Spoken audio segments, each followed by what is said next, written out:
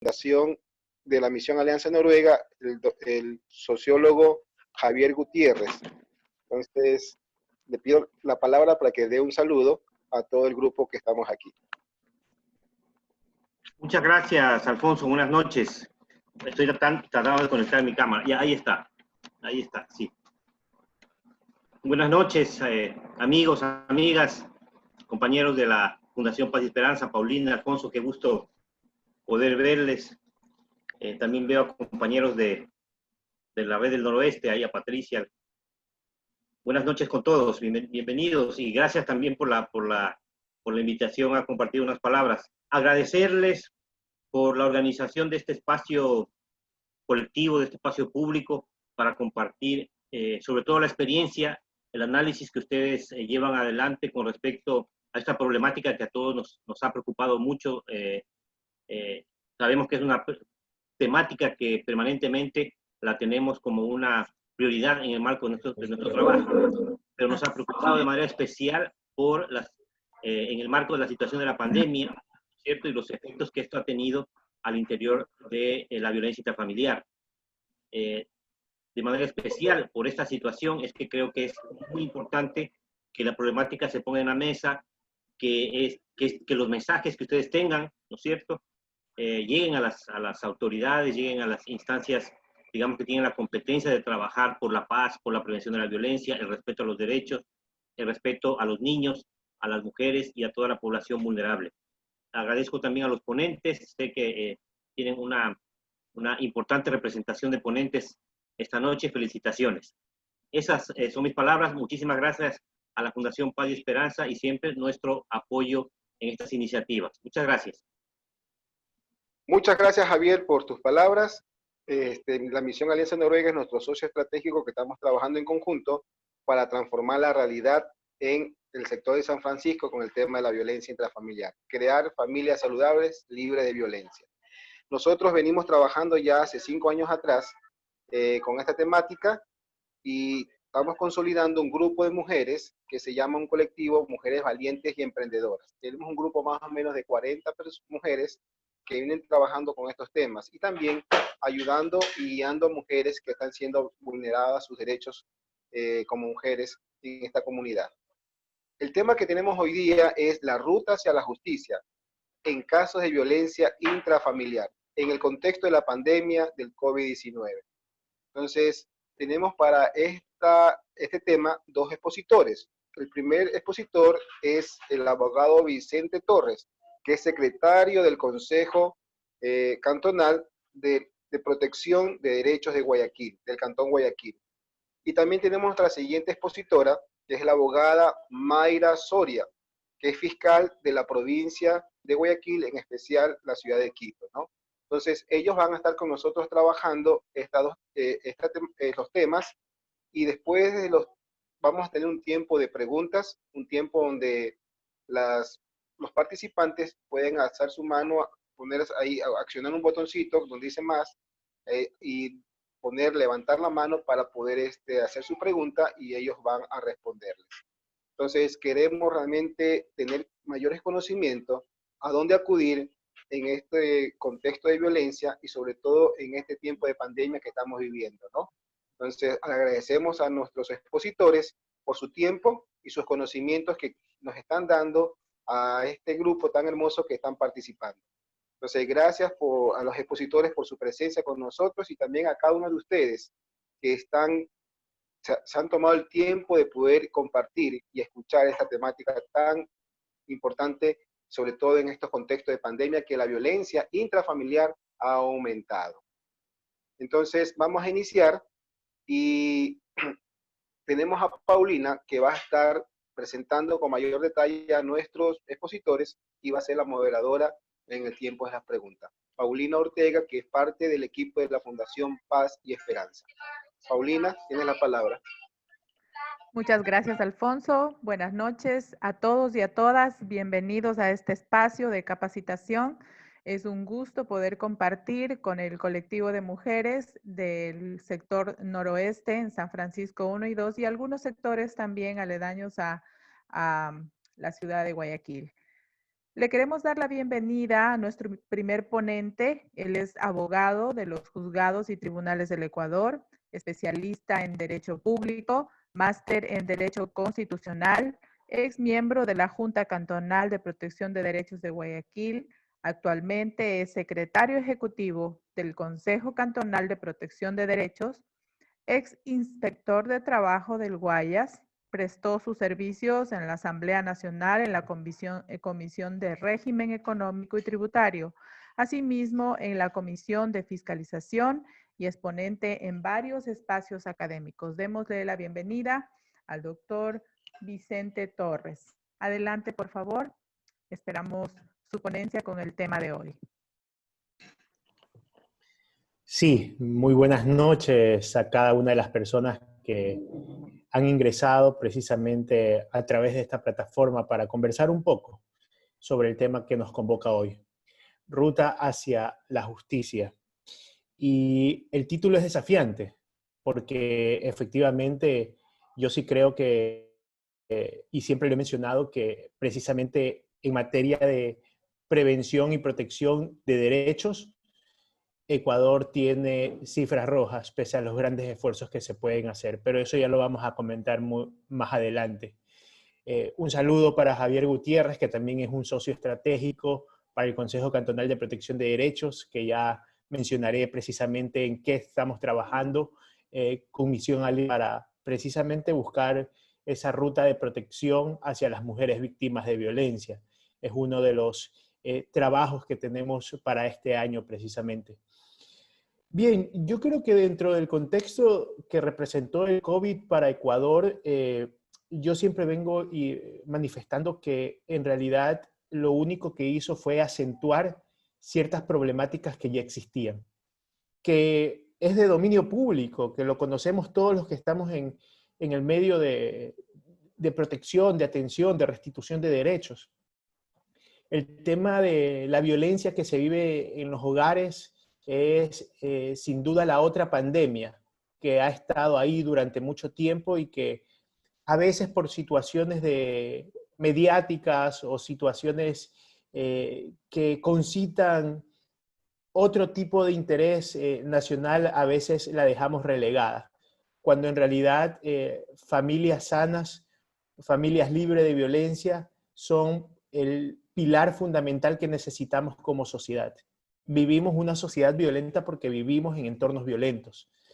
La primera máxima o el primer principio, podríamos decir que cuando nos encerramos, aparentemente el lugar más seguro tuvo que haber sido el hogar. Sin embargo, las estadísticas muestran que efectivamente no fue así. De hecho, de los reportes del EQ 911, aproximadamente entre el 12 de marzo y el 31 de mayo se registraron 28.367 episodios relacionados con temas de violencia intrafamiliar, lo que se traducía más o menos a 268 atenciones o coordinaciones para atender esta problemática. Sí, en primera instancia podríamos decir que las víctimas podrían haber llamado y efectivamente haber existido una intervención, pero no en todos los casos ocurre eso. En la mayoría de los casos las víctimas callan porque están al lado con su perpetrador, porque no pueden hacer uso de la llamada. Y en el caso de los niños mucho peor, porque efectivamente los perpetradores o los maltratadores en primera instancia son los padres, los cuidadores, y los niños no tienen el desenvolvimiento en alguno de los casos o los recursos o los medios para hacer un llamado de emergencia. A lo que voy con mi reflexión es que esa cifra que mencioné hace un momento queda corta con la realidad que efectivamente podría existir en los puntos del Ecuador.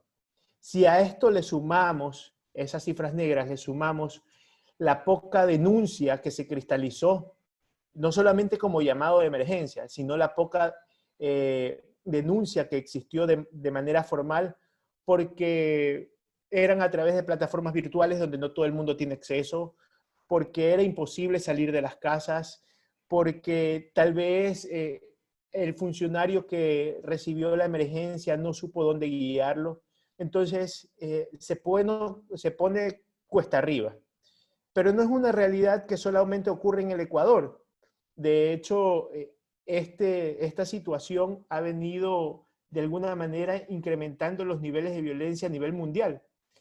En Singapur se recibieron 619 llamadas aproximadamente, lo que representó una cifra sumamente alta después de 29 años. En Francia el 30% aumentó en un 30% las llamadas de auxilio por violencia intrafamiliar. Esto reza de que aproximadamente en el último año 243 millones de mujeres y niñas en todo el mundo han sufrido algún tipo de violencia sexual o física. Pero, ¿qué estamos haciendo para eso? Esa es la pregunta que siempre nos hacemos en estos foros. Y efectivamente han existido avances, no podemos desconocer eso. Han existido avances en materia de legislación, pero parcialmente. Porque en el año 2018, cuando se promulga la ley para prevenir y erradicar la violencia contra las mujeres, que fue un hito legislativo, porque se les devolvía la capacidad a través de entes administrativos para que las mujeres reciban protección. Bueno, todo el mundo aplaudió, todo el mundo lo vio con buenos ojos, pero esa ley traía consigo un presupuesto ya reducido. Para el año 2019 esa reducción fue mucho más, para el año 2020, ya antes de la pandemia, ya esa reducción fue incluso mucho más obvia. Lo que representa un gran desafío para los sistemas de protección, pues una psicóloga es la que atiende algunos casos. Un trabajador social es la que ve muchos casos. Y no solamente hablo por el tema de responsabilidad gubernamental o no. Lo digo porque de alguna manera, pese a los grandes esfuerzos que pueden existir por parte de algunas organizaciones, en el tema de, por ejemplo, Paz y Esperanza, en el tema de CEPAN, creo que aquí vi a Anabel también, en María Guare, tal vez iniciativas como Amiga Ya No Está Sola o las propias juntas cantonales de protección de derechos, a veces parece insuficiente todo el trabajo que podría existir desde estos espacios, porque no se termina abordando la problemática raíz, que es precisamente generar entornos de paz en los hogares, por muchas situaciones, por muchas cuestiones que al final del día van sumando precisamente para esa desestructuración social en la que estamos viviendo, por los componentes económicos, por los componentes psicológicos, sociológicos, incluso hasta políticos, donde cuando me refiero a políticos es la falta de visión de los tomadores de decisiones en poner al tema de la violencia intrafamiliar como uno de los nudos más críticos que como sociedad tenemos. Mecanismos hay muchos. De hecho, podría mencionarles que mecanismos para denunciar hay muchos. Pero ¿qué pasa después de la denuncia? Y esa es la deuda pendiente a la que yo me refiero. Porque efectivamente una mujer que sufre violencia podría, en primera instancia, administrativas que son de manera inmediata, urgentes, ponerse en buen recaudo. Pero una boleta de auxilio no es una boleta de auxilio no es un escudo de acero que la va a proteger si el perpetrador está merodeando y si efectivamente no existen los elementos policiales sensibilizados con la problemática como para poder asistir a esa mujer. De hecho, hay mujeres que han muerto con sus boletas de auxilio en sus bolsillos, en sus carteras. Entonces, de alguna manera es una problemática que sí debe de ser abordada desde una manera integral, desde todas las falencias que podríamos tener como instituciones públicas y todos los desafíos que podríamos tener como organismos privados. Entonces, ya les digo, o sea, podría decir acá que una ruta hacia la justicia de las mujeres o miembros del núcleo familiar existen. una persona que, de acuerdo al artículo 57 del Código de la Niñez y Adolescencia, establezca que existe un maltrato, podría interponer una denuncia a través de la Junta Cantonal de Protección de Derechos con la finalidad de que la Junta dicte medidas de protección administrativas para cesar esa vulneración de derechos o restituir el derecho vulnerado. Lo mismo podría acudir una mujer a la Junta Cantonal de Protección de Derechos para que se les emitan medidas de protección de manera inmediata. Podrían acudir incluso a las unidades judiciales,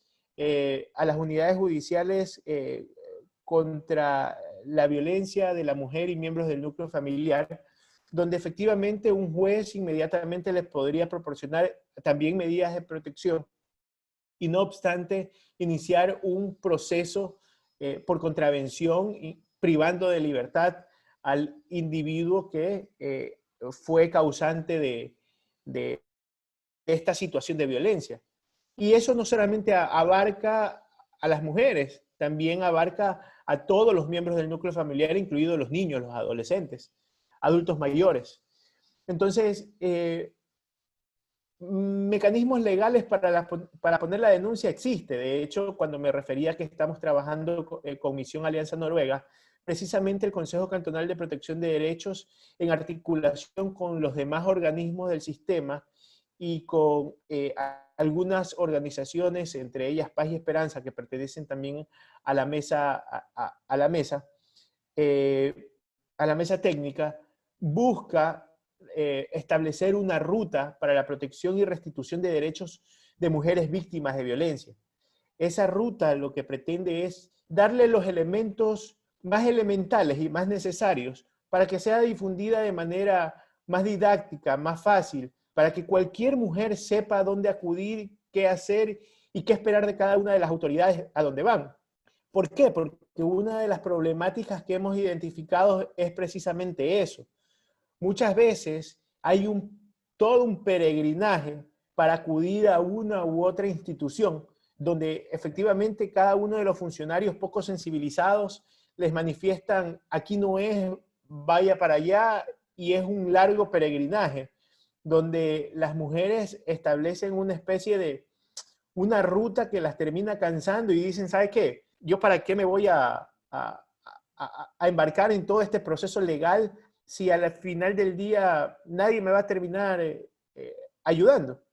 Porque esa es la sensación y esa es la percepción ciudadana respecto a los procesos legales en esta situación. Y cuando decía que había una deuda pendiente, es precisamente sí, existe la legislación pertinente. De hecho, ha sido un gran avance de que a través del Código Orgánico Integral Penal se establezca el tema de la violencia física contra la mujer ya como un delito, el tema de la violencia psicológica contra la mujer ya como un delito, y no se hable del tipo de violencia sexual. Hemos incorporado el tema del femicidio. Es una figura jurídica, es una institución jurídica que permite precisamente rastrear de alguna manera el origen del delito hacia las mujeres víctimas de violencia. Todo eso es plausible y todo eso es lo que se ha avanzado. Pero cuando digo acerca de la articulación del sistema, si hay una deuda pendiente, que tal vez sea por una falta de presupuesto o una falta de visión a las decisiones políticas que puedan existir. De hecho, hay recomendaciones de organismos internacionales respecto a estas situaciones que afronta todos los cuerpos gubernamentales. Entonces, hay muchas situaciones por las cuales el Estado ecuatoriano estaría en rojo respecto a la protección y restitución de derechos hacia las mujeres. Es decir, los esfuerzos son bienvenidos. Es importante el trabajo de cada una de las organizaciones en territorio. Aquí hay mujeres líderes que efectivamente pueden de alguna manera hacer llegar el mensaje a las mujeres. Hay mujeres líderes que podrían de alguna manera guiar a estas mujeres que se van a atrever a denunciar. Siempre va a ser importante el apoyo de ustedes, que de alguna manera son un referente para esa comunidad, que son cercanos. Entonces, este tipo de espacios, este tipo de talleres, este tipo de foros, precisamente fortalece aquello. Es muy importante que todos desde nuestros espacios seamos conscientes y coherentes de lo que queremos como sociedad. Lo decía al inicio de mi intervención, como sociedad vivimos en una sociedad violenta porque efectivamente en la mayoría de los casos los núcleos familiares son violentos. Si a esto se le suma algunos otros componentes que de alguna manera vengo mencionando hacia algún tiempo atrás, como el tema de la salud mental del ecuatoriano, dónde está, cómo está, la hemos abordado, la hemos estructurado como una problemática. No puede ser posible de que nadie pueda darse cuenta o de alguna manera nadie pueda prever cómo un ciudadano a situación de casi venganza de su esposa puede asesinar a sus 3 hijas. En algún momento esa situación fue puesta en alerta, pero absolutamente nadie lo tomó en consideración. Hay que trabajar en el ser humano como ese ser integral, ese ser que maneja de alguna manera preocupaciones, que maneja alegría, que desborda muchas veces situaciones de depresión. Entonces, es muy importante hacer aquello y efectivamente buscar de alguna u otra forma reintegrar a la familia. O sea, esos espacios que deben de ser seguros son los que precisamente permitirán mejorar las condiciones en las cuales estamos como sociedad. O sea, no vamos a mejorar el tema de la situación de la violencia contra la niñez, contra el adulto mayor, contra la mujer, solamente con campañas que terminan siendo insostenibles en el tiempo. Si no tenemos claro cuáles son las problemáticas que abordar, si no tenemos claro cuáles son los componentes a los que hay que prestarle mayor atención con la finalidad de que sean de alguna manera parte de ese cambio estructural que queremos como sociedad. A veces resulta sencillo hablar desde estos espacios, tal vez porque, bueno, no es que resulta sencillo, pero tal vez muchas personas consideren que hablar en estos espacios es sencillo, cuando en realidad no, cuando en realidad es toda una situación donde cada vez que uno se prepara y lee las estadísticas y ve lo que ocurre y ve que pese a los esfuerzos que hacemos, se siguen matando niños, se siguen asesinando mujeres, se siguen descomponiendo las familias, es sumamente doloroso y para quienes tienen esa sensibilidad y están de alguna u otra forma trabajando en el tema, saben que muchas veces es hasta frustrante. Es muchas veces frustrante y decir, ¿qué hacemos? ¿Dónde vamos? O sea, yo sí felicito a ustedes por interesarse en estas situaciones, en estas problemáticas, por ser agentes de cambio, porque en realidad desde el momento en que una persona ya asume un rol de líder y está en territorio y basta que una persona lo siga a alguien como para que esa persona pueda ser un catalizador y un verdadero agente de cambio. Entonces, el mensaje es que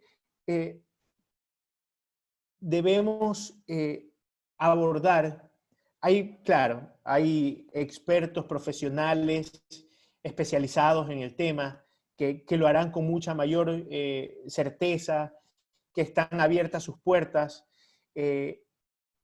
pero basta con que esa mujer o ese niño sea escuchado por alguien, más allá del deber jurídico, más allá del deber jurídico de denunciar, que lo establece la Constitución, que lo establece el Código de la Niñez, que lo establece el COIP, que lo establece la ley para erradicar la violencia contra las mujeres, más allá del deber jurídico hay un deber moral como sociedad. Y nos hemos visto muchas veces abocados en situaciones donde hay personas que efectivamente conocen las situaciones, pero simplemente por temor o porque no se sienten respaldadas por las instituciones, dicen, ¿sabe qué? Yo no me quiero meter en problemas.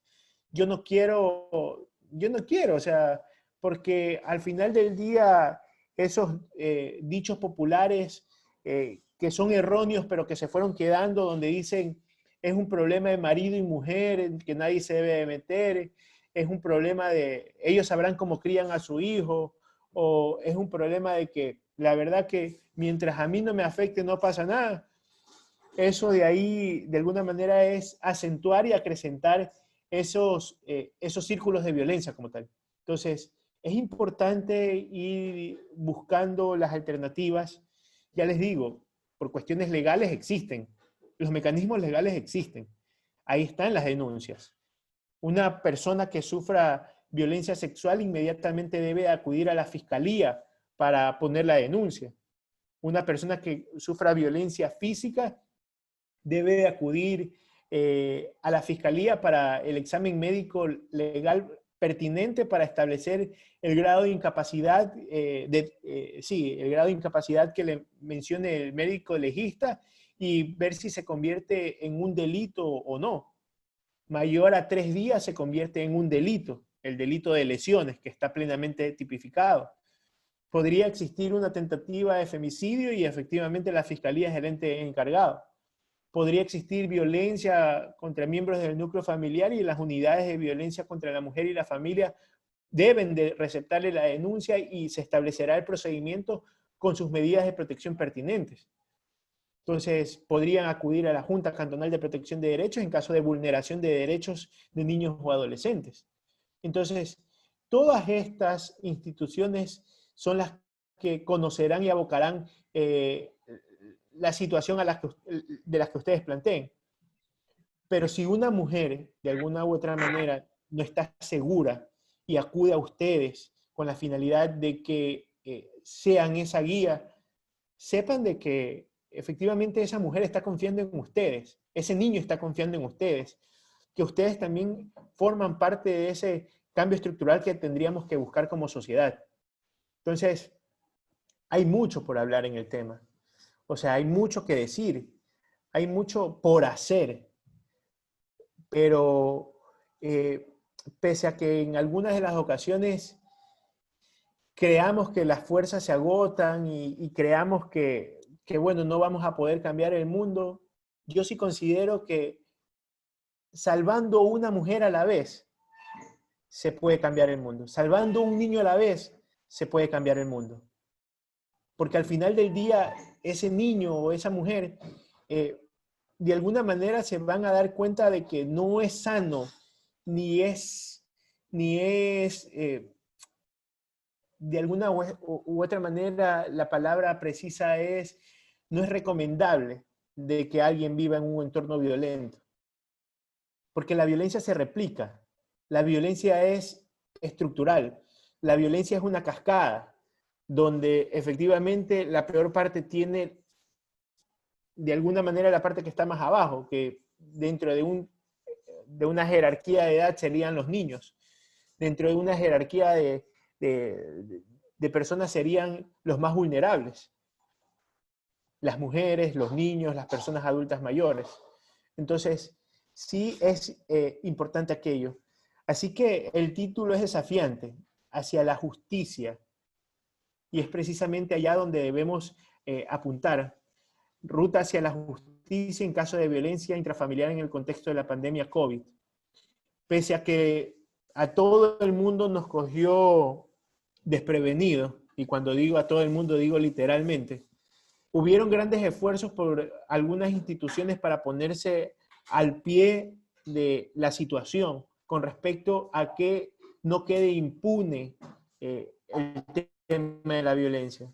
La Fiscalía abrió un link, habían instituciones como la Junta Cantonal de Protección de Derechos que no dejó de elaborar, que se adaptó precisamente a la realidad a través de correos electrónicos y llamadas telefónicas para brindar asesoría y a través del correo emitir las medidas de protección, que de hecho si alguna mujer en algún momento lo requiere, es el correo electrónico es jcpidguayaquil@gmail.com, lo repito, jcpidguayaquil@gmail.com, donde efectivamente tendrían que simplemente otorgar ciertos datos con la finalidad de que se emitan las medidas de protección de manera inmediata.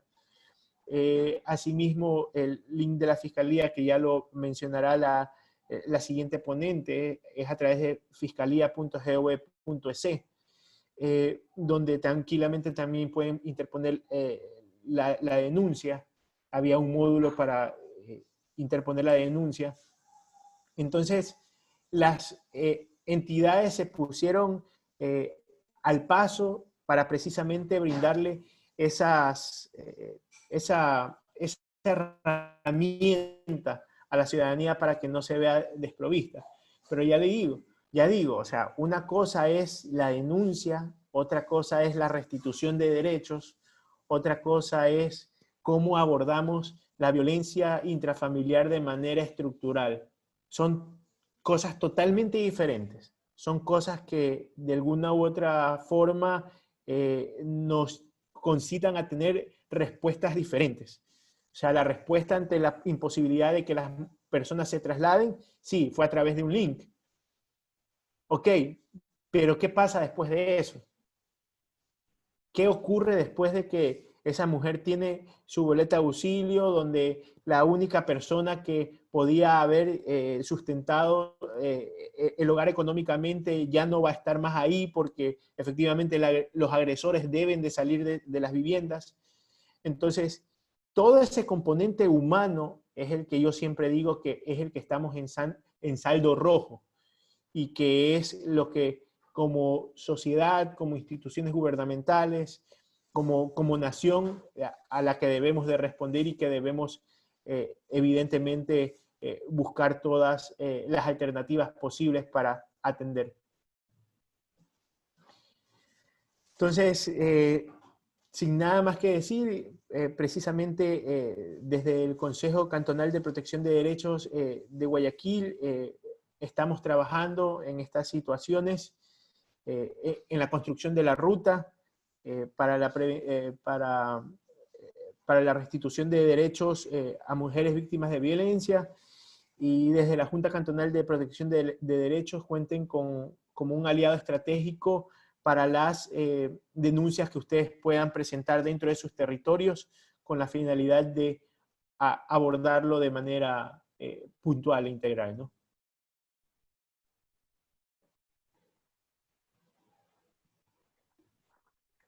Muchísimas gracias, Vicente. Ha sido un honor escuchar, pues, por favor, tengan listas sus preguntas para luego de la siguiente ponencia. Ustedes podrán activar su manito del lado derecho, el icono, y luego les daremos la opción.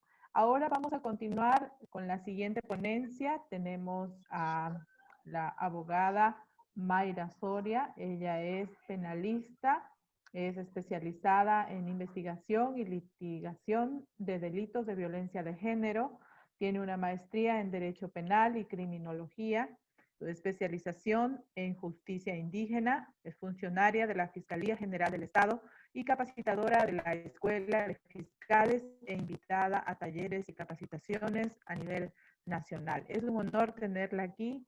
Mayra Soria, por favor, adelante.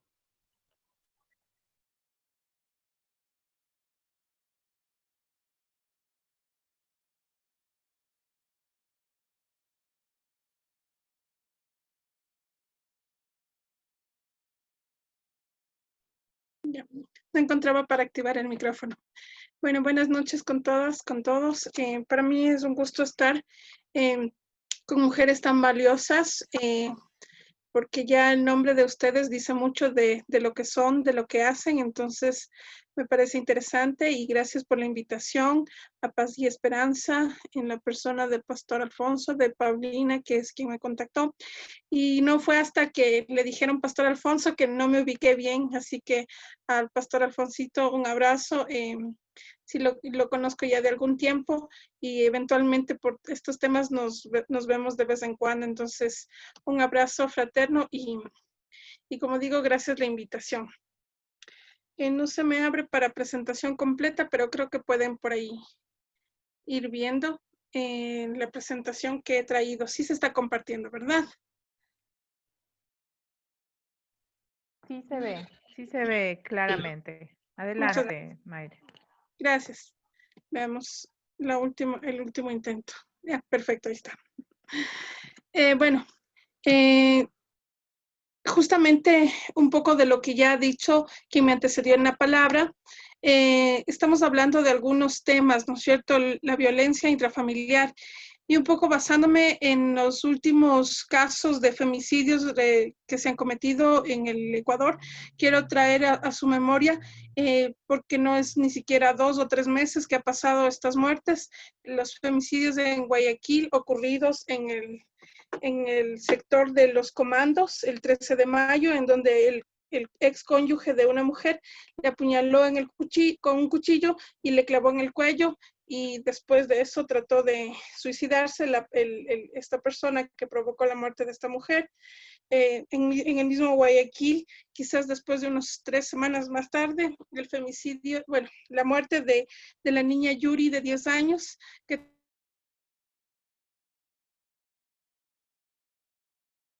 me parece que en el río Guayas.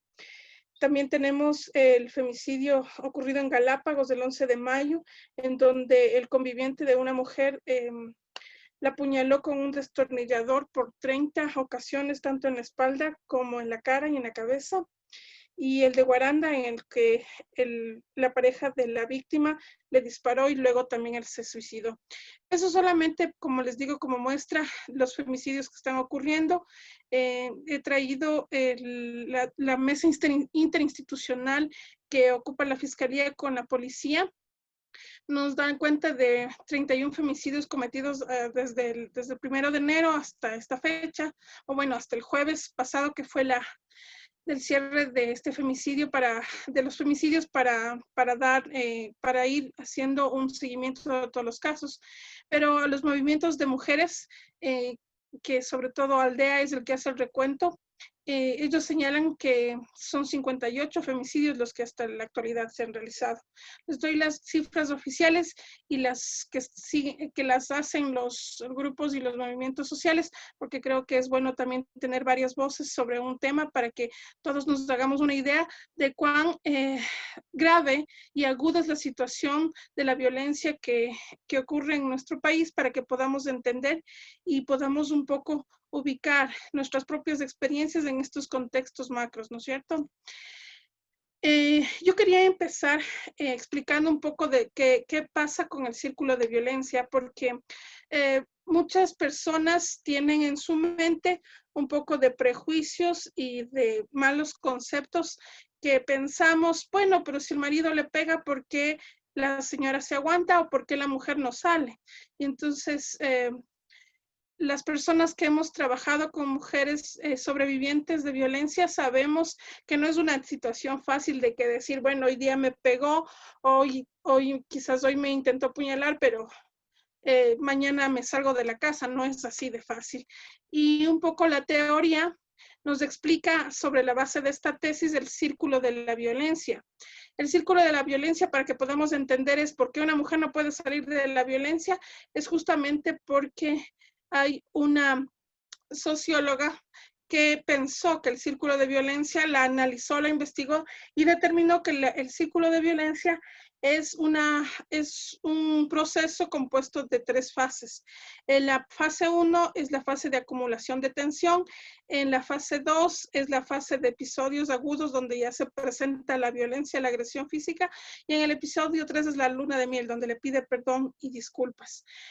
Veamos si es que podemos reproducir un video, ojalá podamos reproducirlo. para que podamos entender todos de forma concreta qué es el círculo y el ciclo de violencia.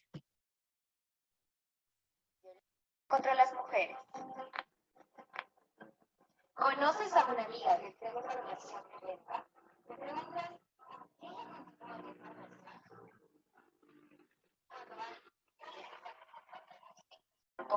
Que se repite una y otra vez, como un remolino.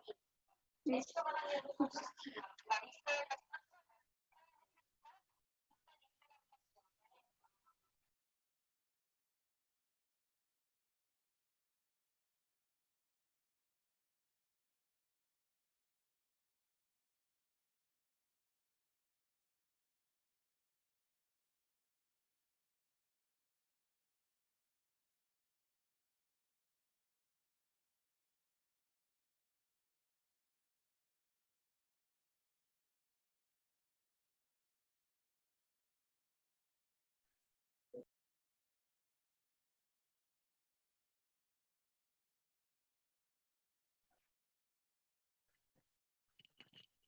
Vamos a esperar unos minutos para que pueda compartir el video.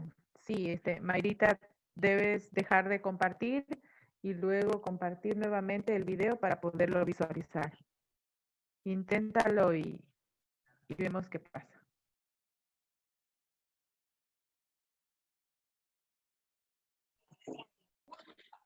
Paulina me estaba diciendo algo, creo que no le escuché. Sí, para poder visualizar el video, deja de compartir lo que ahora estás compartiendo y luego vuelves a compartir, pero ya directamente el video. Luego volvemos a la presentación.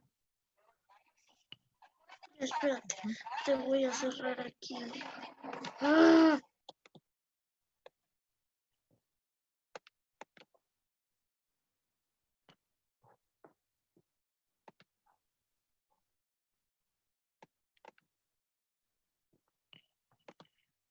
Ahora puedes compartir el video. ¿Sí?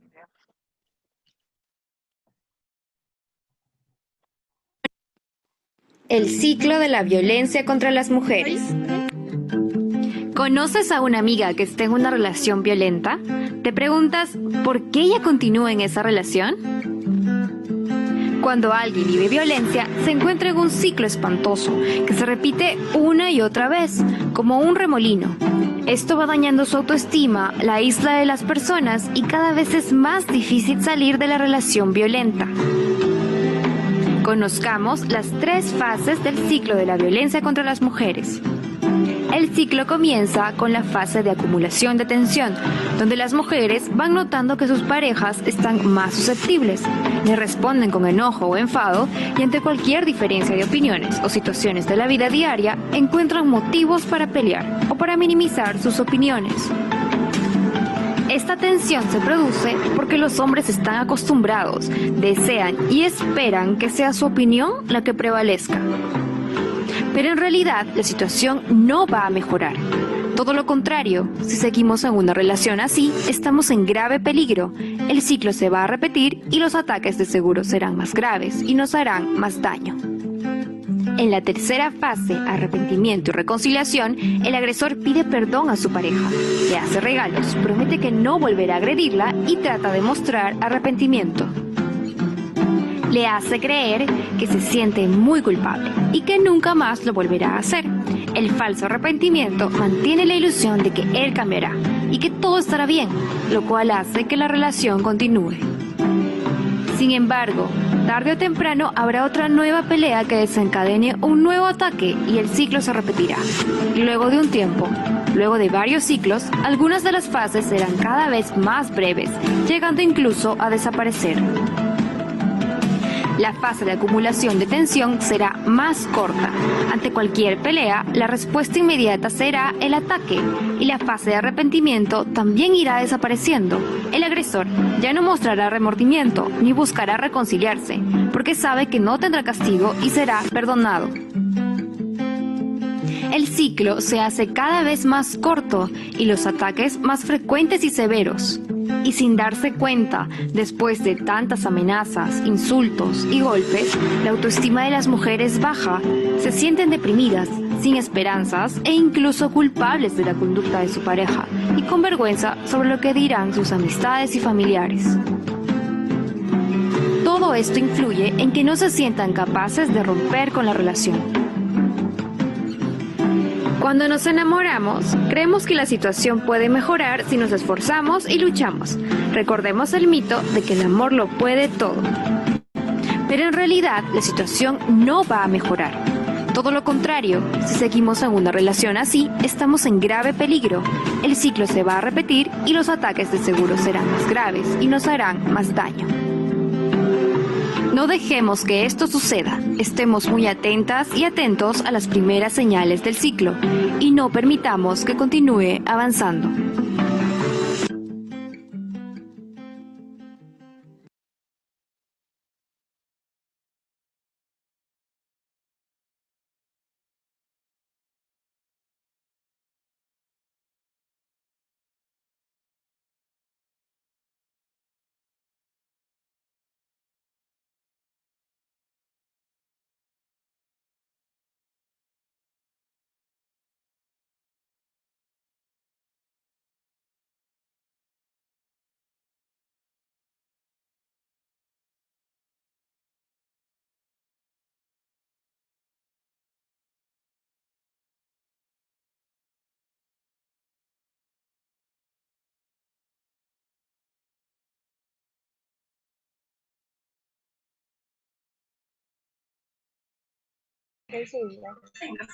Como hemos visto ahí en el video, estábamos explicando el círculo de violencia y cómo ocurre. Lo que queremos entender de ahí es que esta teoría ha ido avanzando un poquito más. Ahora ya no solo se habla de un círculo de violencia, sino de una espiral de violencia.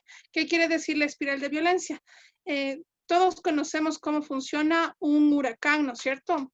El huracán por abajo es pequeño, por abajo, por el medio ya son anillos más grandecitos y por arriba son anillos totalmente grandes. Entonces, va a ir en ascenso, pero mientras más sube va a ser más violento, ¿sí? Entonces si ahora empezó con, no sé, se me ocurre pensar, con insultos, con chistes groseros, con chistes que lesionan nuestra autoestima, mañana quizás ya van a ser insultos groseros delante de nuestros hijos, delante de nuestra familia, delante de los vecinos. Después va a ser quizás ya golpes, patadas, después va a ser fracturas, después va a ser apuñalamientos y esto va a terminar como un huracán, en muerte segura. Entonces, por eso la importancia de entender que si no salimos del círculo de violencia, si no rompemos, si no decimos basta, esto va a terminar seguramente en el cementerio y también de pronto hasta en la cárcel. ¿Qué factores originan y repotencian la violencia? Pues las relaciones basadas en el abuso del poder. Cuando una persona se siente superior a otra y ejerce el poder que tiene. Si es que tiene el poder de decisión en la casa, de decir las cosas que se hacen y no se hacen en la casa, lo que se come, lo que no se come, lo que los niños hacen o no hacen, cómo se visten o cómo no se visten. Si es que una persona si una relación está basada en el poder, seguramente es el germen para violencia. Igualmente, si tenemos machismo en la casa, si es que, y el machismo a veces no solamente pensemos que viene del hombre, ¿no? Si también tenemos conductas machistas las mujeres y fomentamos este machismo en casa, también estamos nosotros también coadyuvando, poniendo un leño más en la hoguera para que inicie el incendio. El alcohol y drogas repotencian la violencia, pero no son tampoco la justificación, ¿no? Porque a veces decimos, es que me insultó porque estaba tomado, o las disculpas que dicen, discúlpame, no te quise hacer esto, fue por los tragos que venía encima. Esto no es para nada ninguna justificación, ni una justificación, digamos, que podemos aceptarla socialmente y jurídicamente tampoco es una eximente de responsabilidad. Los efectos jurídicos de la violencia. Si es que nosotros no salimos del círculo de la violencia, vamos a detectar esta clase de violencias, y tenemos en el Ecuador la violencia psicológica, que puede ir penas desde 2 meses hasta 3 años, la violencia física con penas desde 2 meses igual hasta 3 años, la violencia sexual que puede ir desde 3 meses hasta 10 años, y en caso incluso de violación podría ir hasta los 34 años. En la tentativa de femicidio, que son 7 años, el femicidio en sí mismo, que puede ser la pena máxima de 34 años con 4 meses. Lo que quiero que entendamos es que si es que no detenemos la violencia, lo que vamos a tener es una madre lesionada o muerta y un padre encarcelado y hijos huérfanos, ¿ya? Esas son las consecuencias que puede acarrear la violencia en las familias. Entonces, ¿qué podemos hacer si es que conocemos a alguien o si somos víctimas de violencia? Como bien lo manifestó el doctor, tenemos que denunciar estos hechos, y la Fiscalía ha propuesto 2 vías en estos temas. En tiempos de pandemia estamos a través de dos vías accionando, ¿no? Una, la fiscalía, www.fiscalia.gov.es. Ahí pueden acceder a través del internet. Es un formulario que tiene no más allá de unas 8 o 6 preguntas, en donde usted puede llenar todo lo que está sucediendo, conoce o sabe, y en ese momento se le recepta la denuncia. La denuncia se tramita en menos de 24 horas, e incluso se están ya dictando medidas de protección, que más adelante les voy a explicar de qué se tratan las medidas de protección. También tenemos el otro canal, que es el 1-800 delito, la opción número 4. Usted puede llamar por teléfono y también denunciar vía telefónica, que igual se va a receptar su denuncia y le van a coger todos los datos que usted sepa. Otro canal que tenemos es el ECU 911, en el cual generalmente estas llamadas del ECU 911 son en delitos que están ocurriendo en ese momento, llamadas de auxilio inmediatas que tienen que ser, ¿sí? Y se pueden activar también el ECU 911. A través de estas llamadas también se activa la policía, y puede llegar un personal de la policía para auxiliar en ese momento a la mujer o al niño, si es que así lo requiere. Tenemos también las unidades de flagrancia. En todas las ciudades del país tenemos unidades de flagrancia que trabajan las 24 horas, los 7 días de la semana. Es decir, que si usted fue agredida y existen lesiones físicas en el cuerpo, usted puede acudir a una de estas unidades judiciales, en donde solicita sea auscultada por un médico para que se quede registrado y quede consignado las lesiones que tiene usted en su cuerpo, si es que son visibles. Entonces, esto es lo importante, que sepan ustedes que hay médicos legistas las 24 horas, los 7 días de la semana. Entonces, ahora sí, hablemos de la ruta de cuarentena. ¿Qué es lo que tendríamos que hacer si es que pasa un evento o si conocemos de un evento que se dio? Tenemos que acudir por cualquiera de estas vías que les indiqué a denunciar. Pero adicionalmente de denunciar, es necesario que ustedes sepan que las víctimas de violencia pueden gozar de medidas de protección, que son 12 medidas de protección, pero dentro de las 12, las más comunes son las que el juez de garantías generalmente es el que ordena la salida del agresor, o la reincorporación de la víctima con la salida del agresor, o también puede disponer que la víctima salga con sus cosas, con sus pertenencias de la casa, y sale resguardada por la policía. También permite las casas, el acogimiento institucional para mujeres que tengan, ya sean solas o que tengan con sus hijos. En el caso de Guayaquil y Quito sí tenemos casas de acogida para mujeres víctimas de violencia, que también tienen espacios apropiados para niños y niñas. También, como otra medida de protección interesante, es la atención psicológica. La atención psicológica no solamente es para la víctima, o sea, para la persona que denuncia, sino que también puede ser, si usted la solicita, puede también acoger al presunto agresor para que el juez le disponga y ordene que también le den terapia psicológica a él, ¿no es cierto?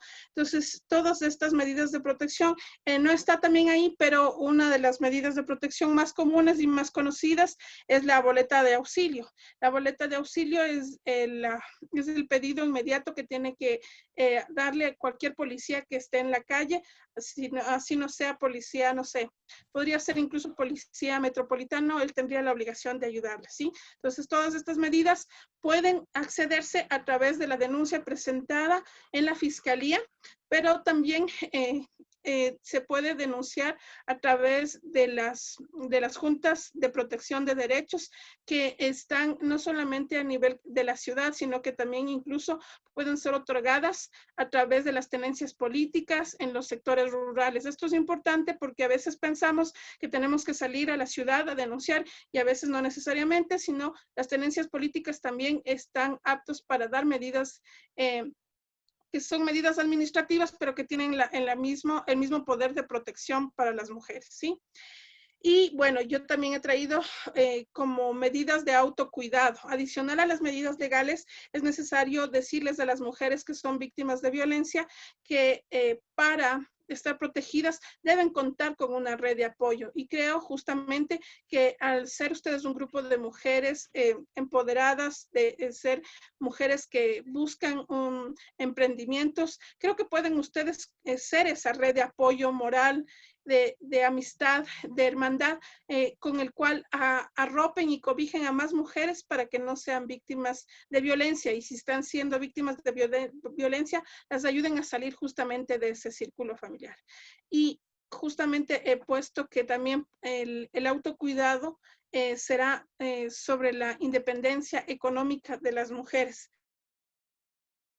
Les voy a indicar.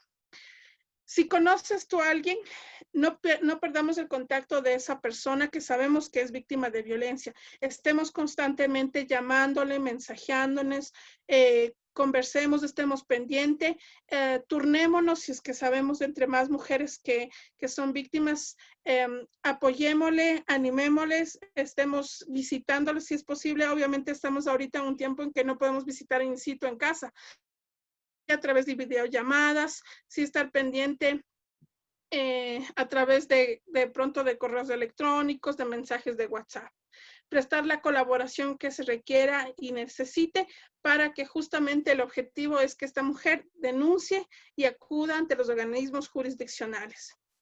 Si las mujeres no pueden llamar porque no tienen teléfono, porque no tienen saldo, porque no saben cómo comunicarse ante las autoridades, también tenemos que decirle que pueden hacerlo a través de a veces las mujeres generalmente salimos a las tiendas, a las farmacias, entonces también podemos solicitar a los tenderos, a los encargados de las farmacias que nos puedan ayudar haciendo las llamadas, y también ellos están en la obligación de ayudarnos.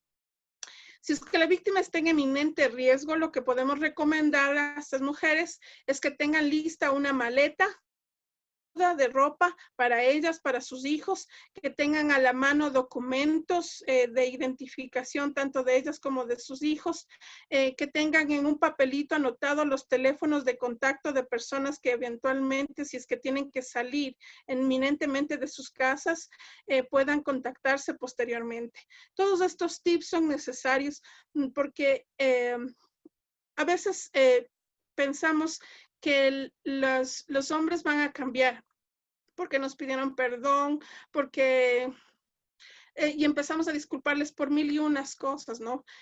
Yo soy la que le provocó, él generalmente no es grosero, y empezamos a dar una serie de justificaciones, pero que, como les digo, en algún momento, si el agresor es tan violento y él no es consciente de las prohibiciones no solamente legales, sino también incluso de las prohibiciones que la presencia de los mismos hijos imponen, entonces ellos pueden actuar mal y no queremos perder más vidas humanas. ¿Cómo podemos entonces prevenir la violencia? Tenemos que empezar en una educación con ejemplo. Lamentablemente, la mayoría que creo que somos hijos de pronto de malos ejemplos, al pensar que el machismo estuvo tan arraigado en nuestros padres, en nuestros abuelos, que nosotros normalizamos muchas conductas en las que están envueltas la violencia, ¿sí? Pero lamentablemente esto no debe continuar, y por eso nosotros, pensando en nuestros hijos, debemos dar el ejemplo nosotros y dar relaciones sanas, sin violencia. Entonces, esa es la mejor educación que les podemos decir a nuestros hijos, y también obviamente educar niños y niñas sanas bajo relaciones de respeto e igualdad. Es decir, que aquí no hay ni hombres superiores ni mujeres tampoco superiores, sino que nos manejamos sobre la base del respeto y la igualdad. Abrir nuestra mente y corazón para aprender cosas nuevas como las que estamos aprendiendo aquí, pero también a desaprender las cosas que nos enseñaron mal, también por error nuestros papás o nuestros abuelos. En el caso de que ya haya violencia dentro de la familia, podemos buscar ayuda terapéutica. Es decir, está bien los consejos que nos puedan dar los pastores, los líderes de las iglesias, pero a veces necesitamos tratamientos así como si estuviéramos mal de la muela. Si estamos mal de la muela, no vamos a irnos solamente donde, no sé, donde una persona que nos ayuda y nos motiva, sino que vamos a ir donde un médico que tendrá que tratar la infección, que tendrá que sacar la muela. Es lo mismo un psicólogo o una psicóloga. A veces hemos pensado que los psicólogos son solamente para la gente loquita, para la gente que está mal, y no es así. Los psicólogos son médicos que nos ayudan justamente a ordenar a veces nuestras ideas y que nos pueden dar ahí tips o ayudarnos a que nosotros tomemos las mejores decisiones. Y creo que cuando hay una relación en la que ya ha habido violencia, se necesita y se requiere de una terapia sustentada a largo plazo y en la que estén involucrados todos, papás, mamás e hijos. A las mujeres que están siendo víctimas de esta violencia, pues lo primero que debemos buscar es una independencia emocional y económica. Independencia emocional porque, como vimos en el video, las mujeres cuando constantemente están en estos círculos de violencia, meses y a veces hasta años y a veces muchos años, están enfermas espiritualmente, emocionalmente. Entonces ellas tienen que pensar y restaurarse primero a ellas, restaurar su autoestima y entender que si es que ellas van a estar solas, a veces es mejor estar solos, pero estar sanos. Y pensar que si es que una persona no está en la vida de otra persona, a veces ese no es el fin del mundo, sino pensar que nosotros tenemos que ser felices con o sin persona al lado nuestro, ¿sí? Pensar que también la independencia económica es necesaria. Los emprendimientos que ustedes tienen y que están sacando adelante, les felicito, les animo a que sigan pensando y se sigan reinventando, sigan siendo creativas, que usen sus talentos y sus dones en estos emprendimientos, porque esos trabajos no solamente que fortalecen su autoestima, sino que también adicionalmente les permite a ustedes tener esta independencia económica que es tan necesaria. No permita que nadie menosprecie el trabajo de los emprendimientos, por más pequeñitos que parezcan. Así se empiezan los negocios grandes, empiezan con ideas pequeñas, así que les animo en ese sentido. Si es que también la situación de violencia es muy fuerte, también pueden buscar ayuda legal. Existe la Defensoría Pública de Víctimas, que para los casos de violencia es gratuita. Ustedes tienen que ir solamente a la unidad judicial más cercana y ustedes van a tener atención legal gratuita.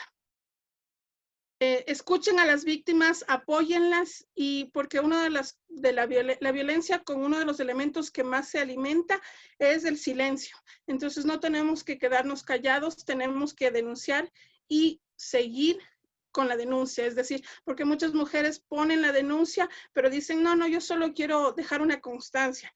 Lamentablemente esto de la constancia no existe legalmente. Y yo más bien les animo a que pongan la denuncia, pero que no desistan de la denuncia, que continúen con la denuncia y que llegue a un término jurídico y a una decisión judicial. El virus de la violencia se elimina con el cuidado de todos y de todas, rompiendo el silencio. Muchas gracias, y a las personas que quieran seguirme, pueden seguirme en Facebook, estoy como Mayra Gisela, en Twitter estoy como Mayrita Gisela, y también tengo una página que se llama CUNE. Entonces, en CUNE también es un ministerio a través del cual, al igual que Paz y Esperanza, pretendo sensibilizar en temas de violencia para prevenirla y eliminarla. Les animo a todos y estoy aquí pues a escucharles si es que tienen alguna duda, alguna inquietud, para contestar estas preguntas e inquietudes. Muchas gracias, Paulina. Muchas gracias, querida Mayra. Magnífica ponencia. Realmente los dos ponentes nos han dejado perplejos con esta información. Y pues a continuación damos lugar al espacio de preguntas. Yo les voy a pedir que busquen en la parte de abajo donde dice participantes y por allí dice levantar la mano, o si tienen en su teléfono en los 3 puntitos donde dice más, también pueden activarlo y por allí dice levantar la mano y vamos a darles el paso para que puedan hacer las preguntas, ¿sí? Antes de eso, teníamos unas 2 preguntitas dentro del chat y como estamos en el tiempo de las preguntas, voy solamente a leer estas preguntas y luego pasamos a darles paso, ¿sí? Aquí hay un comentario que dice, ya aceptó la denuncia, pero no le entregaron ninguna boleta de auxilio. En esos casos, ¿qué puede hacer o dónde acudir?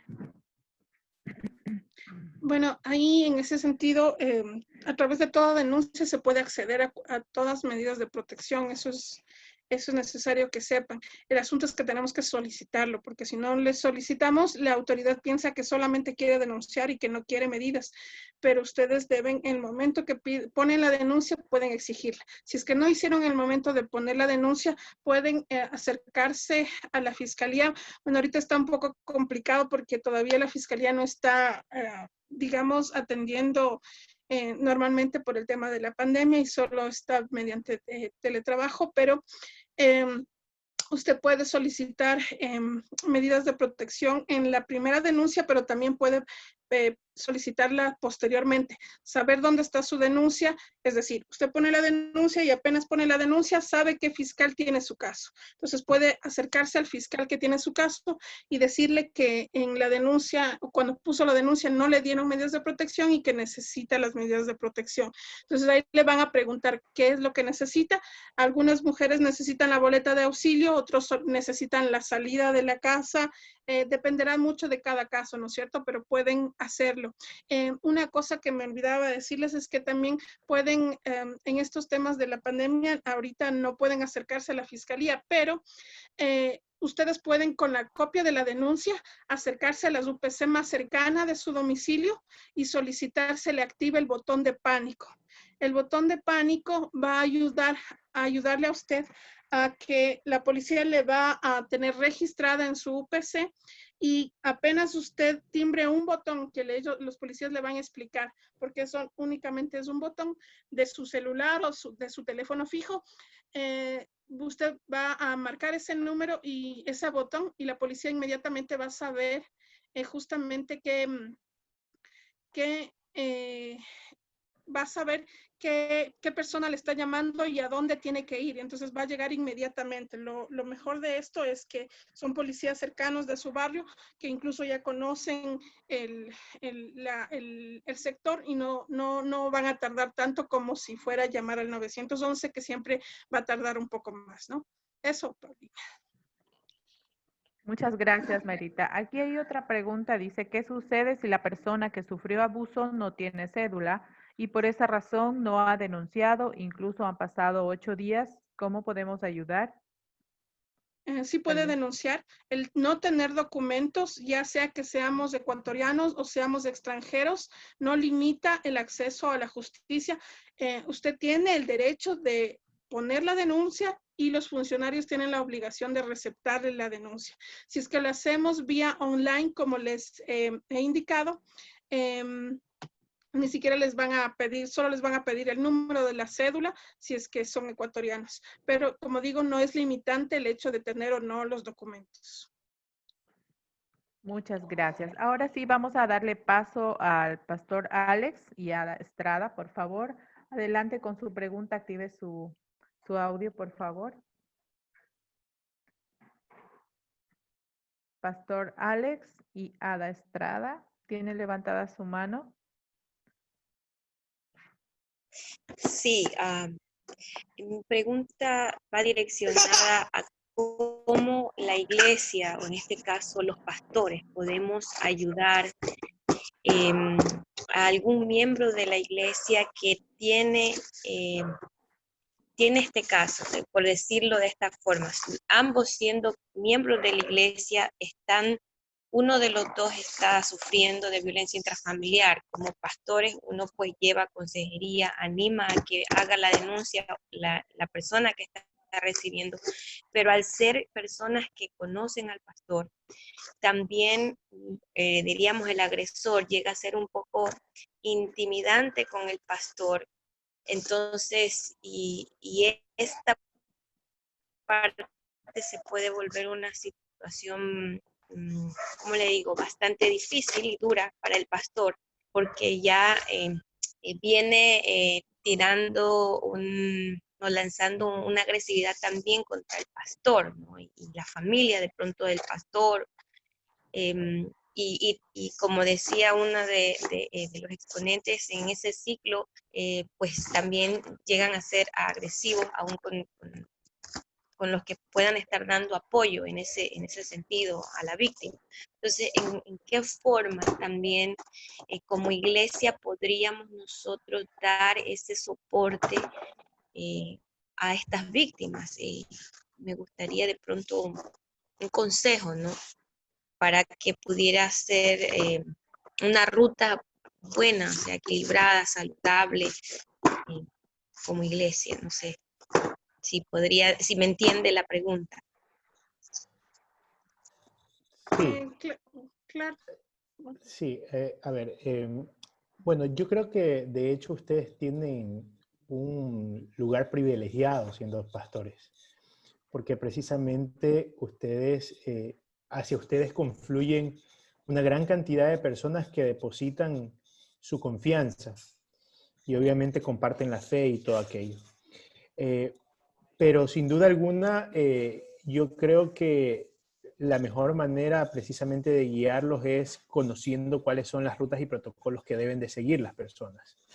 Porque, por ejemplo, si la situación determina de que efectivamente tal vez el agresor deba de salir de la casa, existen medidas de protección que se podría establecer aquello. Una orden de alejamiento, la activación del botón de pánico o cualquier otro dispositivo que tengan la policía. Acá en Guayaquil existe el botón de auxilio complementario de AINES, en la cual existe geolocalización en el momento de que una mujer lo solicite y lo presione. Pero conociendo sobre todo, como les dije al inicio, las rutas y protocolos. Porque al final del día, sí, ellos pueden ir por un consejo. Ustedes como pastores y como guías espirituales de ellos pueden otorgarles el consejo. Pero más allá del consejo están los mecanismos legales a los cuales deben de acudir las personas y que para eso precisamente se han establecido esos mecanismos a través de la ley. De hecho, como yo les advertía o les decía al inicio, más allá de la responsabilidad, porque responsabilidad legal de aquel que conozca el cometimiento de un delito existe. Todo aquel que tiene conocimiento de un delito está en la obligación legal de darlo a conocer a la autoridad competente.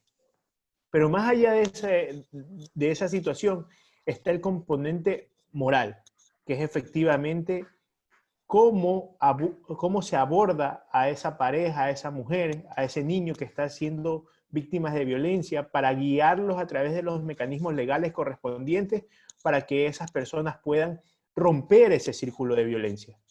Entonces, esto que están haciendo en este momento es un avance. Ustedes están, de alguna manera, recogiendo información de dónde acudir, qué hacer y qué es lo que cada autoridad va a determinar. Entonces, pero es así, a través de estos espacios y a través del diálogo, porque probablemente ustedes ya más adelante le puedan decir, ¿sabes qué? Existe la Junta Cantonal de Protección de Derechos, existe la Unidad de Violencia contra la Mujer y la Familia, existe la Fiscalía, dependiendo del delito. Entonces, es eso a los que ustedes tienen que impulsarles de alguna manera a poder observar y que tienen los mecanismos para poder lograrlo. ¿Cómo hacer, perdón que insista en esta parte, pero por ejemplo, le cuento un caso ya. Nosotros tratamos de guiar a esta persona para que llegue a hacer la denuncia, fue a la fiscalía, hizo la denuncia, vinieron los policías, tomaron a la persona, pero las niñas, las hijas empezaron a llorar, empezaron, viendo que los policías llevaban al papá. Entonces esta hermana regresa y nos dice que se sentía mal por la situación de ver cómo las hijas lloraban, así que ella impidió que se lo llevaran al hombre. Y nosotros le tratamos de hablar sobre el ciclo, como decía la exponente anterior, del ciclo de violencia, que este hombre iba a volver con la situación, y tratamos de ayudarle para que ella entienda, ¿no?, que esto podría volverse a repetir, pero ella no escuchó y en cierta manera ella vuelve con él y sigue viviendo con él. Entonces para nosotros ha sido duro porque por una parte uno sabe lo que ella pues está viviendo y hoy ella ya no nos conversa nada, o sea, ella va al templo, pero uno no sabe si pasa o no pasa, le preguntamos cómo está la familia, cómo están sus niñas, pero no está abierta nuevamente. Lo único que ella siente es miedo de que sus hijas sufran nuevamente esa experiencia, es lo que ella nos expresa, y siempre nos dice, estoy bien, pero nosotros seguimos con ese miedo, y al mismo tiempo sabemos el enojo que tiene el agresor contra nosotros. Por eso, en cierta manera, es mi pregunta, ¿cómo se hace cómo podemos reaccionar si vemos que hay una resistencia ya de parte de la víctima a realmente recibir la ayuda, ¿no? Y como ustedes decían antes, yo sé que es difícil porque tal vez es el único sustento que tienen, es duro, ¿verdad? Porque como decía antes la exponente, las mujeres necesitamos tener una independencia económica y muchas mujeres no la tienen y eso las mantiene como dentro de ese círculo de no puedo hacerlo o por mis hijos o porque no tengo cómo sobrevivir. Entonces, no sé si me podrían de pronto dar un poco más de luz con la experiencia que ustedes tienen en este tipo de casos. Bueno, creo que también voy a abonar algo lo que ya ha manifestado el doctor Vicente Torres. Justamente lo que él indica es así de real. Todas las personas, la ley dice que todas las personas, no solamente los pastores, todas las personas que conocen del cometimiento de un hecho que pueda constituir un delito, tienen obligación legal de denunciar ante las autoridades. Es decir, se tiene que hacer, esa es la norma, ese es el protocolo. El asunto de que yo he visto también en muchos casos que los agresores manipulan a los niños y mientras más pequeños son o mientras un poco más unidos al padre son, también manipulan a los niños para eventualmente evadir la ley. Y esto es algo que los pastores tendrán que también tener una forma tan creativa de pastorear a estas familias, porque son familias que están enfermas. Es igual, lamentablemente, digo siempre la comparación es un poco grosera, pero para que ustedes entiendan en la fuerza que tiene el círculo de violencia, una mujer víctima de violencia es igual que una persona adicta a una droga. Una persona adicta a una droga dice en un principio, se engaña diciendo, no, esto no es para mí un problema porque mientras yo puedo manejarlo, yo sé cuándo parar, yo sé dónde poner límites, pero la verdad es que sabemos que no es así. Una mujer que está siendo violentada, no solamente que no puede salir de ese círculo, sino que también a veces ella misma justifica.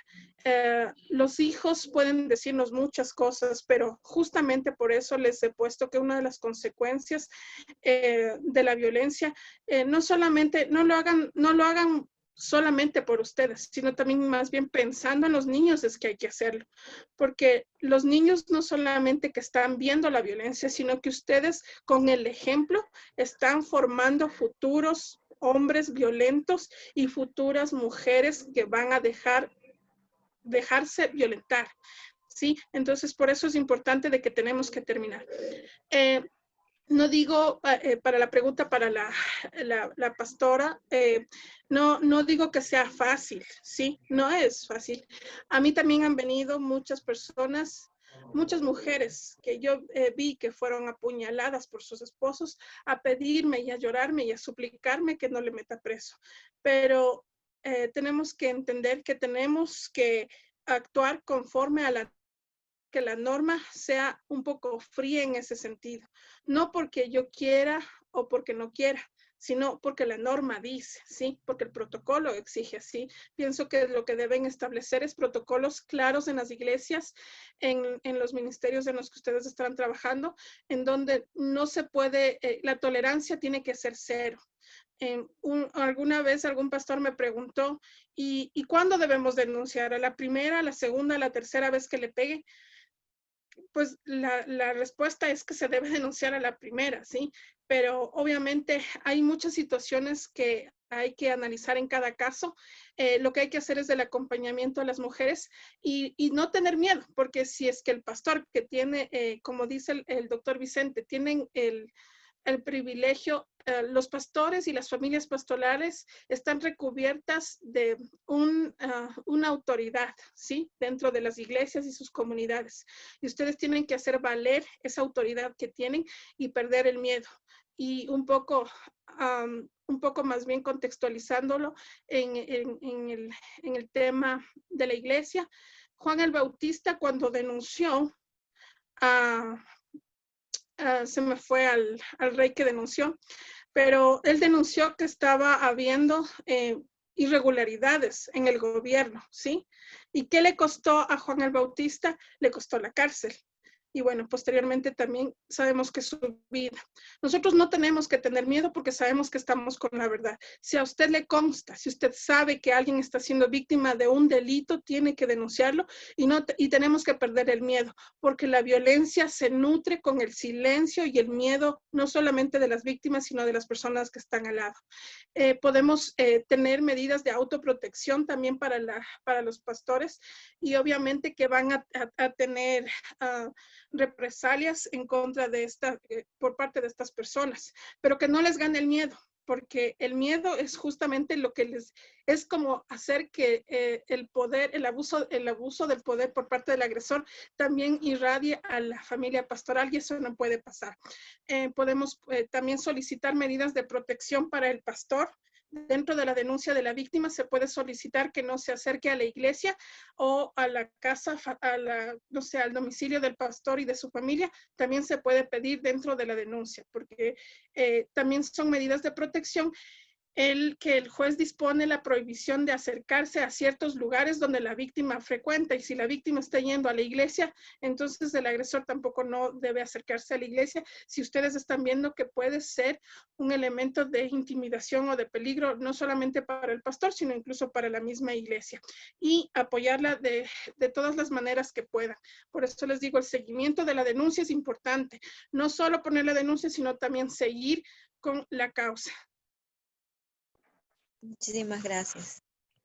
Gracias, querida Mayra. Pues queremos darle paso a una tocaya. Tengo aquí, Paulina Ortega. Por favor, tiene levantada su mano. ¿Puede activar su audio y hacer su pregunta, por favor?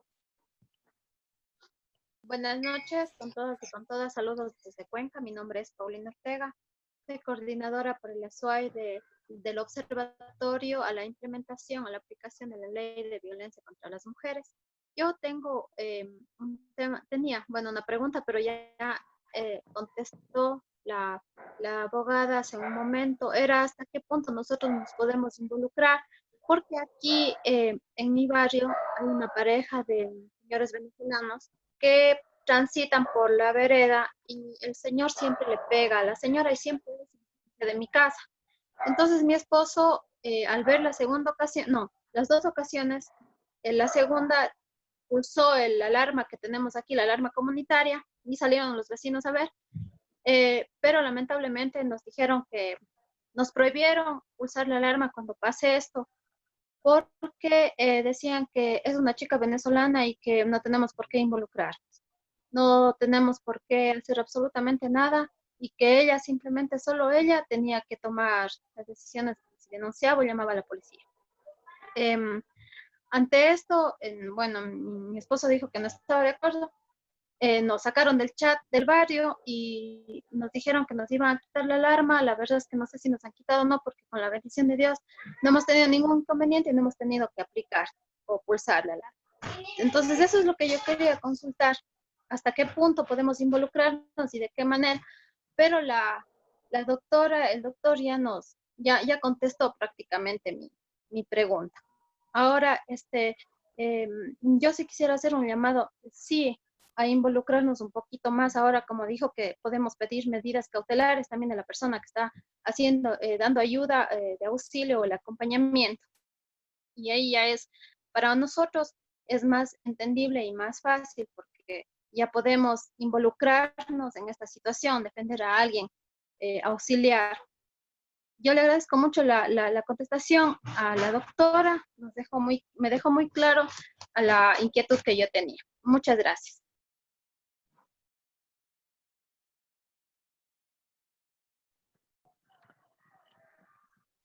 Gracias. El señor Felipe Vaquerizo, por favor, active su audio. Puede hacer la pregunta que requiera para que respondan alguno de los dos ponentes.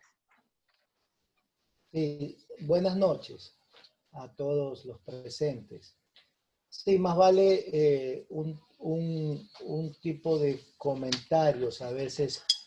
¿Por qué motivo muchas veces a veces somos más reactivos que preventivos? Es decir, la sociedad nos hemos acostumbrado a ser reactivos.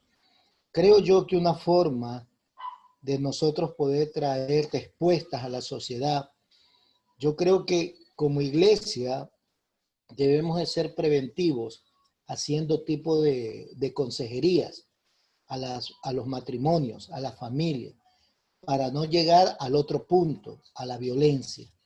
Yo creo que debemos de los pastores ser más enfocados a la familia. En el tiempo actual, la familia está siendo muy atacada de todos frentes. Disculpándome de pronto la opinión, quizás de algunos que piensen, ¿no? El tema, por ejemplo, de la ideología de género. Todo esto son ataques a la familia. La violencia, el femicidio, el feminismo radical, el embrismo, todo esto provoca realmente que nosotros como pastores estemos alerta y podamos nosotros dar talleres en la iglesia, ¿no? Talleres que podamos nosotros prevenir que el hombre llegue a la violencia. Que las madres también, porque una víctima agredida, en este caso la esposa, va a ser una victimaria con los hijos, ¿no? Entonces esto ya se vuelve un círculo vicioso, ¿no? El hogar ya no es un cielo, sino un infierno. Y me parece también en ese aspecto en cuanto al aporte a la iglesia, en cuanto a la violencia, al femicidio, de esa manera creo que nosotros como pastores debemos de aportar. Y no, el pastor está para sumar. En ningún momento considero que es una situación de que hermana vaya a orar o perdone únicamente a su esposo. Necesitan ambos, no solamente el agresor, consejería, sino también la víctima necesita consejería. Y otro punto que quisiera acotar es también el Estado. El gobierno no está aportando mayormente. El gobierno creo que está siendo simplemente reactivo, pero no proactivo. Yo creo que el gobierno, la comunidad, con campañas, publicidades en los medios. Mire, por ejemplo, ahorita tenemos el coronavirus que todos los días, a cada rato lo menciona la prensa. Ya hace caer en un tipo discúlpenme, de morbo, de miedo a la población, cuando muchas cosas también relevantes, importantes deben de tratarse. Y en este caso yo creo que el gobierno debe de incentivar el tema de la familia, debe de incentivar el tema del maltrato del hombre, empezar a establecer qué sé yo, campañas a favor de la familia, a favor del buen trato, del buen vivir. Debería de eso de fomentar más el Estado, no solamente ser un gobierno reactivo, sino proactivo. O sea, que nosotros podamos ver cómo podemos ayudar a la familia. Yo Muchas creo que en gracias. esos dos puntos Estimado podemos Félix. estar un poquito, discúlpenme, gracias. Sí, muy amable, muchas gracias por su comentario. Rita Moreira, por favor, la siguiente. Active su audio y inicie su pregunta. Buenas noches con todo. Mi pregunta es, una víctima que ha sido agredida, ya sentó la denuncia, pero a ella inmediatamente escuché que estaba diciendo a la abogada que supuestamente le ayudan, pero o sea, ella sentó, pero no le dieron la boleta de auxilio.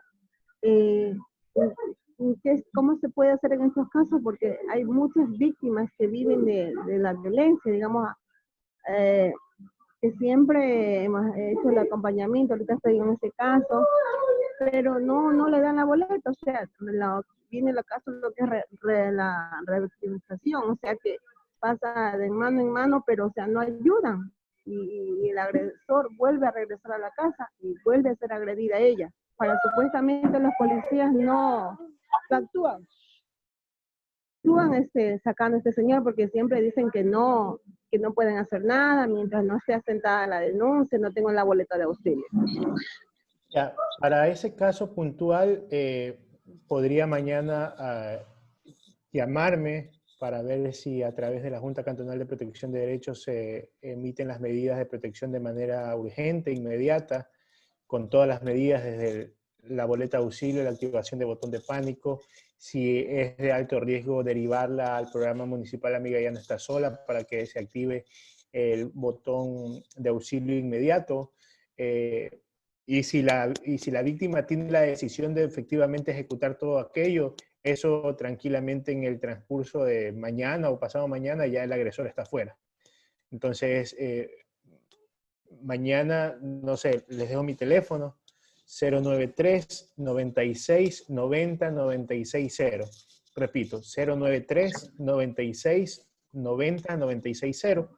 Con mucho gusto, si no puedo contestar inmediatamente, me puede dejar un WhatsApp y yo me contacto inmediatamente con usted para precisamente otorgar esas medidas de protección de manera...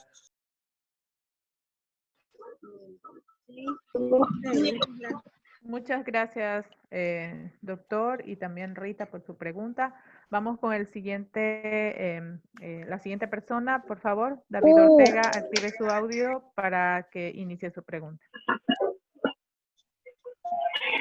Buenas noches. Gracias por este tiempo, ha sido muy productivo. Mi pregunta está enfocada en si ustedes pudieran guiarme un poquito. Nosotros trabajamos con colegios, comunidades educativas, en temas de prevención de violencia justamente y otras. Pero en el caso, quisiera saber cuál sería el protocolo que tienen las instituciones educativas en caso de identificar violencia entre sus estudiantes. Y hoy un poco desde el aislamiento social o desde la cuarentena que todavía en algunas ciudades estamos, ¿cuáles serían los procedimientos que ustedes puedan dirigirnos, por favor, para trabajar junto a las autoridades de las instituciones educativas?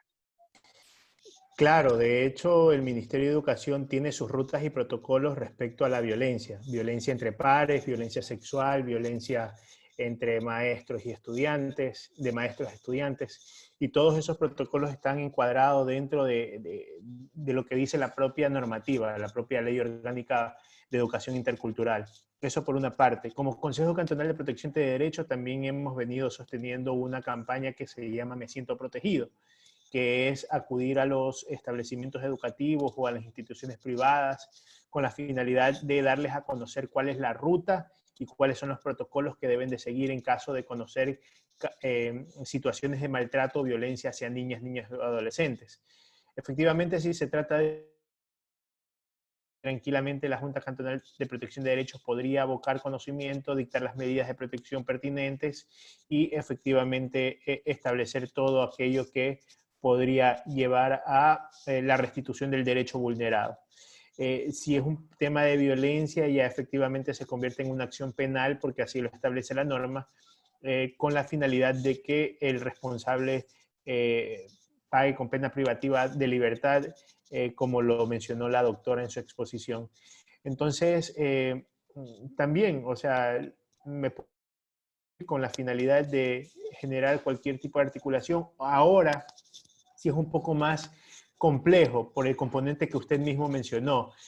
En las escuelas, de hecho, de acuerdo a las estadísticas de la Junta de Guayaquil, aproximadamente el 56% de las denuncias que nosotros recibimos en el año 2009 provenían de las instituciones educativas, porque efectivamente los niños acudían a las instituciones educativas, se evidenciaba un tema de negligencia, un tema de maltrato, se activaban los protocolos a través de los DECES correspondientes y ponían las denuncias en la Junta Cantonal de Protección de Derechos. Ahora es un poco más complejo. Y es un poco más complejo porque efectivamente los DECES no siempre tienen los contactos con los niños o los adolescentes. Y en clases virtuales a los que podrían acceder, hay algunos que ni siquiera pueden acceder a clases virtuales, es un poco más complejo en el aula virtual, en el aula interactiva, decir que está pasando una situación de violencia. Pero justamente eso es una de las preocupaciones que hemos tenido como consejo y se está articulando una reunión con el Ministerio de Educación con la finalidad de ver cuáles van a ser los mecanismos más idóneos para que esas cifras no queden dispersas o en el aire. Muchas gracias. ¿Alguien más desea hacer alguna pregunta? Aquí en el chat tenemos, creo que tenemos una pregunta, vi por aquí. Dice, ¿qué hacer cuando el agresor denuncia a la víctima? Es una pregunta de la psicóloga de una de las fundaciones a las que...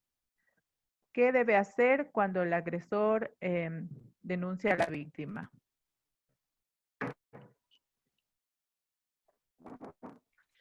Bueno, es también bastante común que haya esta clase de contradenuncias, si se cabe el término. Lo que hay que hacer es un poco, no en el sentido de defenderse legalmente, ¿no? Pero lo que hay que acercarse es ante el fiscal o la fiscal que lleva el caso y por eso es de ahí la importancia de poner la denuncia siempre, ¿sí? Porque las mujeres, como bien alguien lo mencionó, disculpan y no dejan y no hacen los pasos legales que hay que hacer. Y por decir, hoy día le agredió y no sé, le dejó de pronto el ojo morado, pero le perdonó, no puso la denuncia y después más bien los agresores por temas, a veces en temas de divorcio, generalmente cuando ya está viendo la disolución conyugal, ahí ellos presentan las denuncias mejor los agresores. Entonces, por eso es lo importante de tener el respaldo de las denuncias presentadas, los exámenes médicos legales, para que justamente si es que ocurren estos eventos, poner en conocimiento de la o del fiscal los hechos de violencias anteriores que ha sido víctima las mujeres o la víctima y presentar los documentos de descargo para que el fiscal revise. En esos casos lo que se debe hacer más bien ya es un tema de estrategia jurídica que debe aplicar el abogado que está defendiendo a la víctima, es justamente hacer un estudio de entorno social o un estudio de contexto en el cual el perito va a entrar a investigar, pues a indagar cómo era la vida. Entonces, en un estudio de entorno social va a entender que los antecedentes de violencia vienen de una persona y no necesariamente de la otra, por más que se haya adelantado a poner la denuncia. Por eso lo que quiero que entendamos es la necesidad de activar las rutas legales que están establecidas en la ley para que después no tengan contratiempos. No sé si de una vez contestamos el siguiente tema sexual. De CEPAM. Sí, por favor, adelante. Sí. En los temas de abuso sexual, la Defensoría Pública, como les dije, tienen abogados de víctimas Estos abogados son gratuitos totalmente. Lo único que usted tiene que ir es ubicar dónde es la oficina de la Defensoría Pública más cercana, acercarse con la copia de la denuncia, o si es que no la ha puesto, pues acercarse y solicitar a un abogado para que ponga la denuncia.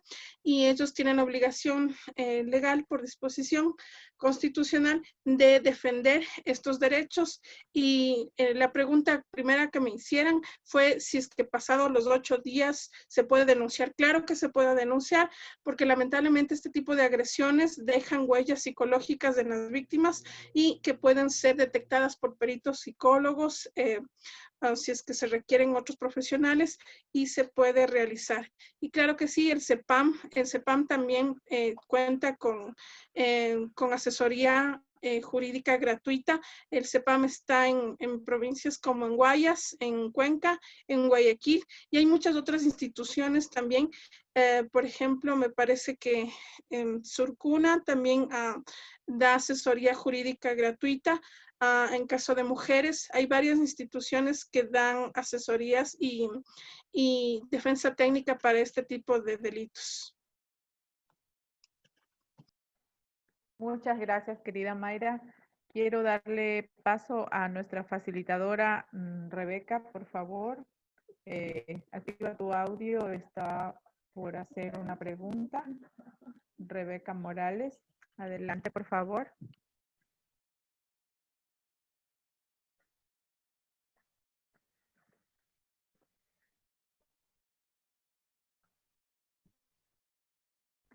Muy bien. Hasta que Rebeca active su audio y inicie su pregunta, vamos a pedirle a Anabel Arévalo que por favor active su audio y haga la siguiente pregunta. A ver, ¿ya estás aquí, Rebequita? Sí. Adelante, por favor, Rebeca. ¿Cómo no? Falla un poco el internet. Bien, buenas noches. Soy Rebeca Morales, como decía Paulina, ¿no? Facilitadora del programa. Mi pregunta es, ¿cuáles son las casas de acogimiento para las mujeres aquí en Guayaquil? Bien. No sé si me escucharon. Sí, correcto. De la que tengo conocimiento pleno es Hogar de Nazaret, que es una de las casas de acogida para mujeres víctimas de violencia.